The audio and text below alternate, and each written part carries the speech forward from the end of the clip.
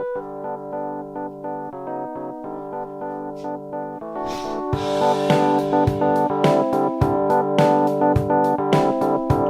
is a test for the sound as we wait for Bobby J to figure everything out.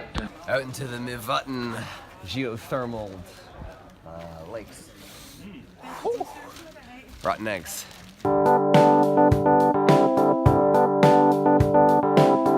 Come on in. The water's fine. Does it drop off?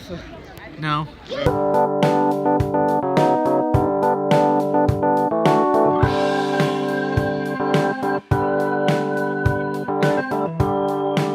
How was it, Waters? It's pretty good. Even got some lava salts in the gift store. Okay, let's do it again, but look at the camera. Right there. Yeah. So our time at Mivutton is all over, but the geothermal hot springs still smoking in the distance. It was a really cool experience. A rapper even came by and gave us a little private concert. It's probably the weirdest show he's ever done. Another cool thing we've noticed about Iceland so far, at least in the hotels we've stayed in, is that every room comes equipped with a master switch that if you hit it, all the lights turn off.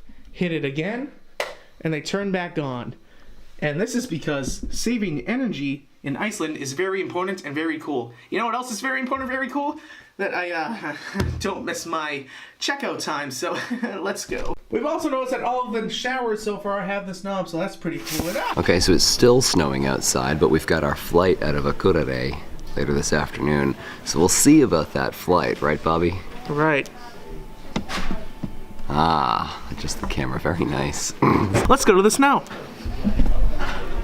Woo! Oh God, it's cold. I'm going back. The camera does not have feelings. The cameraman has a lot of feelings. This stuff is good. Probably not in that big of a package, but Egil is Appelsin. It's named after that same guy, Egil Skellagrimson, that the brewery's named after. This guy's everywhere, and it's always a drink. Always a drink.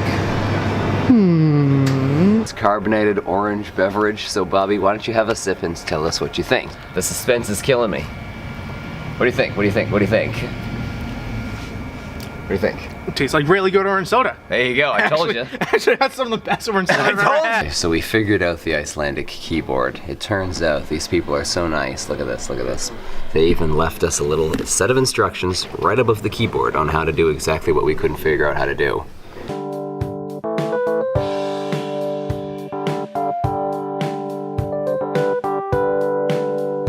So we're at a small airport in Akureyri, hoping that they're plowing the runway so that we can take off and make our way back to Reykjavik. Otherwise, we'll be stranded here. Is that so bad? No, actually, it's probably not. It's a nice little town.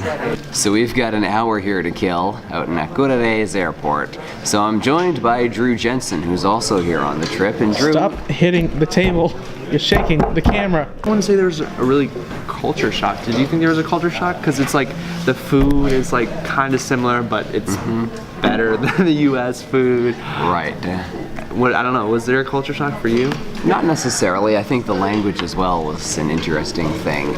If you're thinking about going to Iceland and you're afraid, oh, will I be able to communicate? Everyone speaks English. So despite the difference between the Icelandic language and English, there are a few words that sound kind of similar, but everything else is really kind of out there on its own.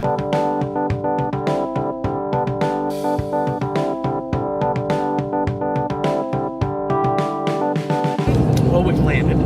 That is true. And our ears hurt very much. Yep. We're back. We're back. We're back in Reykjavik. Hey! What in the world just happened? We just had a little talk with Fufanu, one of our favorite bands here, and amongst the many things we talked about, their new album, the tour, and some of their favorite things in Iceland. Hint, it's the swimming pools that everyone loves. Oh, the wish tree's being... Not the wish tree. So it turns out the wish tree is actually planted outside each December, and then the wishes themselves are taken off the tree and sent off to Yoko Ono. So the fact that I wrote a little wish and hung it up on the tree means that I might have just said a sentence in writing to Yoko Ono. We'll find out come December. Wait, I want a solo one.